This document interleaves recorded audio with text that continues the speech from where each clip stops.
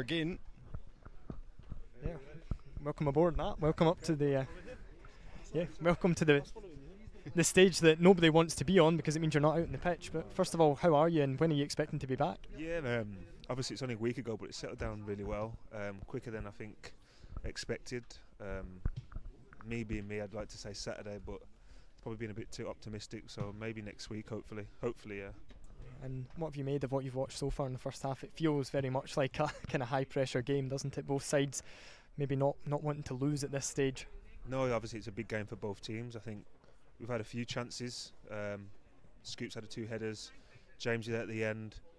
I think if we can still get Jamesy and Frizzy on the ball, I think we can get some goals. Yeah, and I'd spoken to Jim Duffy after the game at the weekend about James Wallace, and I think the fans have been really, really impressed by what he's brought. How good a player is he? Because I've seen clips of him from in training, and he just looks phenomenal with the ball at his feet. No, yeah, every game he's come on. He's even impressed me. Yeah, his close control and that, the way he can get out of tight situations. He looks a clever little player. You can see it even in the game here, a few moments that shows his quality. Yeah, and obviously this season maybe hasn't quite gone to plan for Suns in terms of the league position, but in terms of your own performances, you must be pretty pleased with, you know, your individual performances this season and how things have gone at Dumbarton so far, because I think, you know, I don't know if there'll be a Player of the Year vote, but you'll certainly be one of the names who'll be bandied around up there. Yeah, I've just been enjoying my football. Obviously it's been a different season for everybody from many different aspects, you know, even having it cut short halfway through, but yeah, like I said, I've just been enjoying playing my football. And bordering on prolific by your standards with 2 goals as well. I know, yeah, I'm trying to get one more to beat my record for a season of 3, so hopefully I can get back for another game and get one more. And that's what Suns need as well. You know, it's a wee bit concerning if you're the guy that they're relying on for goals, though, isn't it? Yeah, it is, but you know, it's difficult on that front scoring goals. But gladly, the boys at the back have been solid pretty much throughout the season. So I think that's what's kept us in a lot of games. So hopefully for the next couple of games we can find some more goals. So I can take it from that in your early days you never fancied yourself as a striker then? Well, I was actually when I was younger, yeah, but that's probably why I got moved back, because I didn't score enough. So let's jump back a wee bit to the start of your career, and you began your career with Stoke City. I was looking at it last night, actually, accidentally. I sort of stumbled on Stoke's Wikipedia page. This is what I do of an evening, by the way, from the season. He's not lying. No, from the season that they were promoted to the Premier League, and I think you were in that squad that season, going back to 2008-09. So tell me a bit about your time at Stoke City, working under Tony Pulis. No, yeah, obviously I was an apprentice at the time, so obviously it was big. Massive for the club and for the city itself. It was just good to be around and be a part of it, you know, being promoted to the Premier League and that, yeah. And Chris is a Sheffield United fan, and his other guys, and he had spotted a few names in that Stoke squad from around that time who he was a huge fan of. So I mean, I'll let him take the lead on this one, and he can talk to you a wee bit. James Beattie, Michael Tong.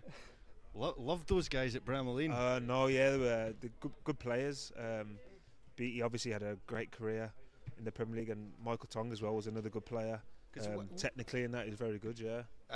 Just to touch on that slightly, like, as Sheffield United's fan base, Tong left. He was never present for us. We didn't begrudge him a move to Premier League Stoke, and Pulis just never played him. No, yeah. To get into a Pulis team, there's certain things you've got to do. So maybe he didn't meet the requirements, but no, obviously training with him and that, and playing games with him, you know, you could see his quality was good enough to play in the Premier League. And just how accurate then are those like Tony Pulis cliches about the Tony Pulis style, the team? Even I was saying to one of the lads the other day, even to this day, it's the hardest pre-season that I've done. You know, you have to be really fit, and like I was saying to one of the lads, we had a pre-season tour once in Austria. We was up at 7 o'clock in the morning swimming. That was session 1 of 3. So yeah, even to this day, it's tough. Obviously, but you know, they did well in the Premier League. You know, obviously, if people say it wasn't the prettiest style of football, but it worked for them. Pulis knew what he needed to stay in the Premier League and to win games. And you know, his style was just get the ball forward, and obviously the famous Rory de Lap throws, which teams couldn't handle. The way, you know, he threw the ball was just so straight.